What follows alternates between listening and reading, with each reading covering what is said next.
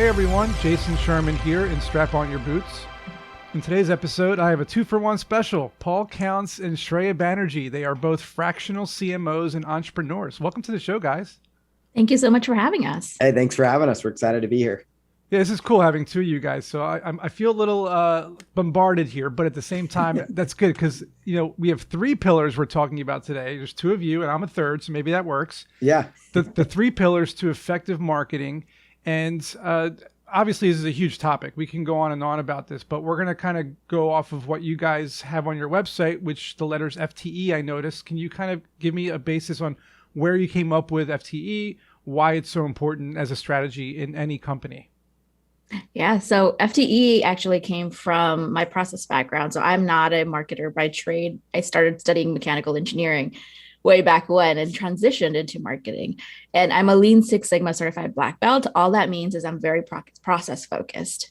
And FTE, what that means is a process that we've developed that you could take in any market that you have, any business that you have, any venture that you have, you apply that, it'll work and help you grow. And, as you pretty much grow, grow and expand your business. Did you say you're a black belt?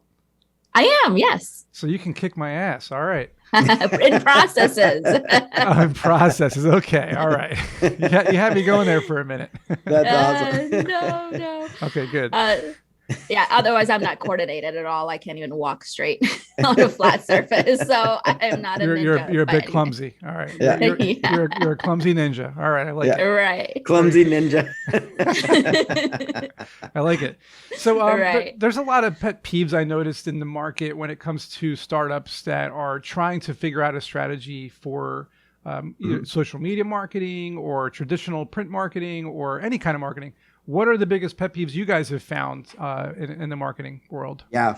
The biggest one is that traffic first mentality. So when people are actually going for their offers, everybody looks at traffic as the be all end all. So they're like, I need to get traffic to my offer. So I need to post this on social media. They think it's going to get traffic. They need to run an ad. They think it's going to get traffic. Well, it might get traffic, but it's not going to get results.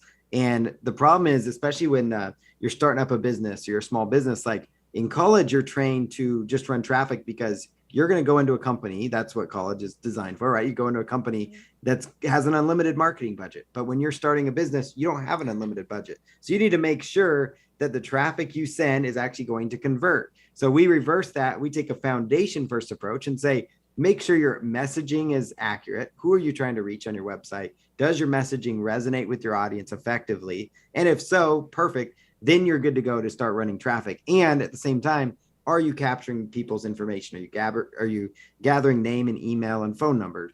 Are you gathering the essential information so you can actually follow up with them instead of just blindly sending traffic? And that's probably our biggest pet peeve is clients ask us to blindly send traffic and they don't even trust the process enough. They think, hey, we hired you, just run a bunch of traffic. Yeah, well, these great, but do you want that to convert? These are the basics of marketing, right? I mean, it's figuring out your target audience, right? Mm-hmm. Not just blathering it all out there, and then call to action landing pages where you're saying, here's what we're selling, and please give me your email.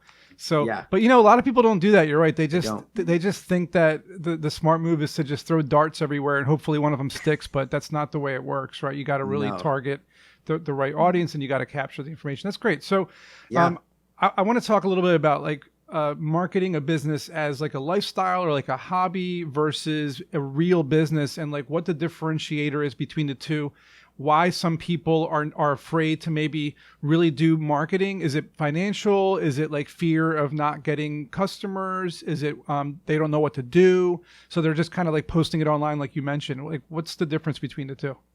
It's a mixture of everything. It's a mixture of everything that you mentioned and also going after that traffic first mentality that we were talking about. We teach a lot of high school students. Our courses in over 140 high schools in the state of Washington. And the pushback we get from them is like, I have a profile on Instagram. Why do I need to create my landing page? Like we were talking about earlier, right? So the frustration comes is when you just want to build your Instagram profile or TikTok profile or any other platform profile without having that foundation in place and you don't see any results. You might get 1 million likes And then you're saying, why can I make money off of it? Like, why am I selling anything? Yeah. Right. Yeah. And if I am trying to sell anything, I'm still not converting because no one thought about, hey, how do I convert? No one thinks about the foundation piece. The frustration builds in, and because you're treating it as a hobby, not as a business. So let's jump into that for a second. Paul, you can go to this one. So let's say I have a TikTok profile and I get 1 million likes, like Shreya just said. Yeah. How do I get that conversion? Yeah, absolutely. The biggest thing is have a strong call to action on your profile, so link to your landing page. And a lot of people that are doing influencer type marketing that we see constantly happening is they're sending people to their next social profiles. They're pushing them to link to Instagram or something like that. A lot of people have like pushing to a website. I noticed the Linktree links that has like a page that has like 1 million links on it.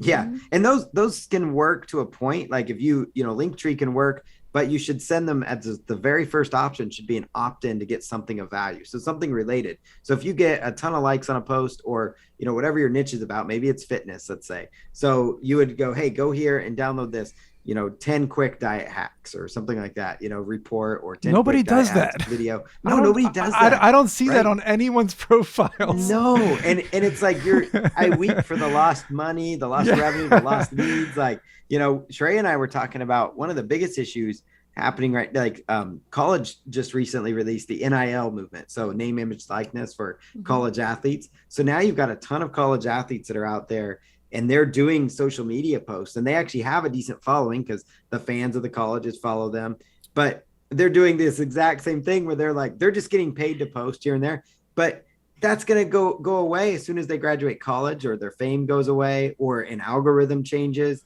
And you've never captured anybody. Let's double down on that. So we're in this age where there's oversaturation in social media, oversaturation in people trying to monetize influencer content, brands trying to figure out how to navigate and paying people thousands of dollars to post their can of soda or whatever. Yeah. What's the next 5 years look like to you guys? Like what's going to happen next? Like, is that going to just start to go away? Like, how do people stand out?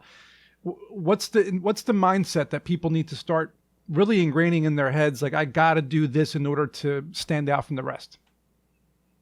Yeah. Go ahead, Shreya.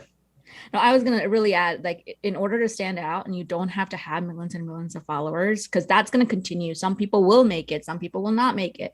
But in order to continue, you have to build your audience. Even if you have a small 5,000 email list, you are going to be way ahead than that one person with 1 million followers that does not have that email list, right? So you have to build your own personal branding. Do emails. People always push back on emails for us, but look at all the social media platforms. What do they want from you? An email.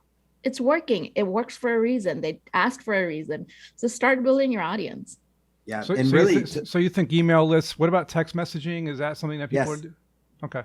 It works. That the one downside of text messaging is there's a lot of regulations on it too. And also if you're a US based company and you get international phone numbers, it gets a little weird. So a lot of people say that. We hear that all the time from clients. They're like, text. I'm like, well, it's easier said than done. You can text, but there's a lot of opt-in. FCC is really harsh on text message marketing, whereas email marketing still allows you to send out emails and people get alerts on their phone. We still get the largest driver of revenue for us and a lot of businesses is still email. And that's why we push gathering that just like the big platforms do. And, to layer onto that, the biggest thing to stick to for the 5-year plan down the road, right? 5 years is literally stick to the basics. And that's what's amazing. Like I've been online for 23 years since I was 13. Top 3 basics. Same thing. Top 3 basics, SEO. So SEO, content, search engine optimization. So that's using keywords in your marketing. So if you are talking about a certain niche topic, so let's say dog obedience training, for example, and you're talking about that on social media. Yeah, there you go. You got the dog being trained really well back there. And so like dog obedience training would be a keyword. Incorporate that into your post because even Instagram's algorithm has gone away from hashtags all the time. And they actually are seeking out keywords in profiles and on what's on post. So using those as the foundation, like core keywords. And one of the simplest tricks people can do to find the right keywords in their marketing is go to Google. Just do a Google search for dog obedience or dog training and see all the options. Google's going to tell you people also searched for this. Well, as a business owner, those are keywords you should also incorporate into your videos as the title of your videos, title of your podcast, title of your If your blog post title, I mean, the list goes on. I was waiting for you to say blog post because you haven't mentioned blogs yet. And I feel like that's the oldest trick in the book is to write blog posts with keywords and link to other articles that journalists write and tweet them on Twitter and all sorts of stuff. And something else I wanted to mention about dude, it's my number one thing I teach in my course and in my book. It's like writing consistent 500-word blog posts so that Google picks up on it because it's dynamic and not static. But and when it comes to keywords, there's also some pretty cool websites out there where you can like find out what your competitors are using as their keywords and then just copy them, kind of take the work out of your hands, you know? So we mentioned saturation, right? Like say somebody wants to be a dog obedience trainer, but there's like 10 websites out there already like it. There's TikTokers already doing it, Instagrammers, and you name it. They're already out there doing this. How do you stand out from them? And how do you capture the audience that you need, that 1% of the $1 billion market? Like, how do you do that? You be you, because people are going to relate to you. They're not everybody's going to like you. But people that do relate to you are going to come to you versus the other person who's teaching dog obedience training. And that's how you're building your audience. You're attracting your like-minded people. I like that. Paul, what do you think? It absolutely. I mean, it's consistency. Those two things. So being yourself, being authentically you, and because we are in an age of no like and trust. And if you're not being authentically you, you're going to get called out in the comments. People pick up on that stuff and people are very open to that. And if they don't think you're authentic, they're going to walk away. So what Shreya said, spot on. And then to layer onto that, it's consistency is so critical. Consistency is ultimate. Those are great, man. Because I say the same thing to people. It's like, tell people your truth, tell people your story. What are you about? Don't lie to people. Just tell them exactly what, how you feel and what you know about, what you know about the product or what you know about the service. And you have to be consistent. You have to keep posting, content every single day or week. I do weekly. I don't do daily, but if you guys had to tell the listeners here, entrepreneurs out there who are either starting out, are kicking ass, or they might be struggling, what's like the one thing you would tell them that they should do in order to succeed? You don't have to fit in the mold. There is a mold for successful people. You have to wake up early. You have to do journals. You have to do this. You have to read. But you don't have to fit in the mold.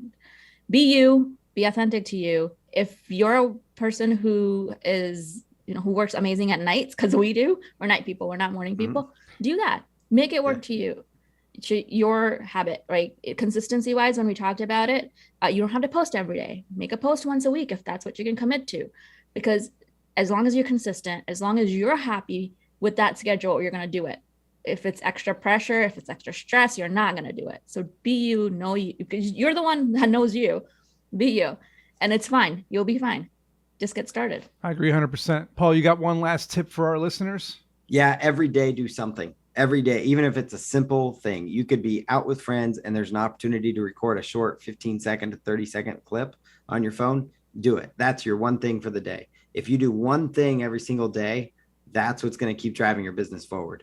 And one little thing. It does not have to be a major thing. One thing will push you forward. Love it. And so you guys have a marketing agency that you run. What kind of stuff can you do for people? Where can they find you? And do you have anything you're giving away for my listeners?